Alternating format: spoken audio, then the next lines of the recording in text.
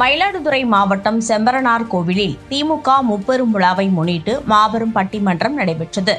முன்னாள் முதல்வர் கருணாநிதி, தற்போதைய முதல்வர் மு.க.ஸ்டாலின் மற்றும் அமைச்சர் உதயநிதி ஸ்டாலின் ஆகியோரின் புகழுக்கு பெரிதும் காரணமாக இருப்பது மக்கள் பணியா இயக்க பணியா என்ற தலைப்பில் நடைபெற்ற இந்த பட்டிமன்ற நிகழ்ச்சிக்கு திமுக மாவட்ட செயலாளர் நிவேதா முருகன் எம்எல்ஏ தலைமை வகித்தார்.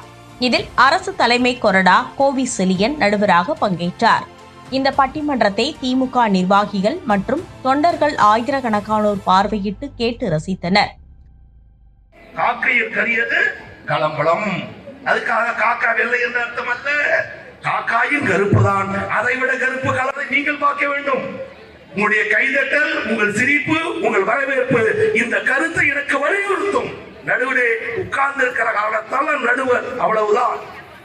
1949 செப்டம்பர் 17 சென்னை ஆபீசர் பூங்காவில் கொட்டுகின்ற மழையில் ஈரமான நேரத்தில் இருவண்ண கொடியை பெரிய எண்ணா ஏற்றி வைத்து அரைக்க சந்தன மணக்கு மறுக்க வைரம் ஒளிரும். முன்னதாக கீழையூர் ஊராட்சியில் மாவட்ட செயலாளர் நிவேதா முருகன் எம்எல்ஏ 30 அடி உயர திமுக கொடியை ஏற்றி வைத்தார்.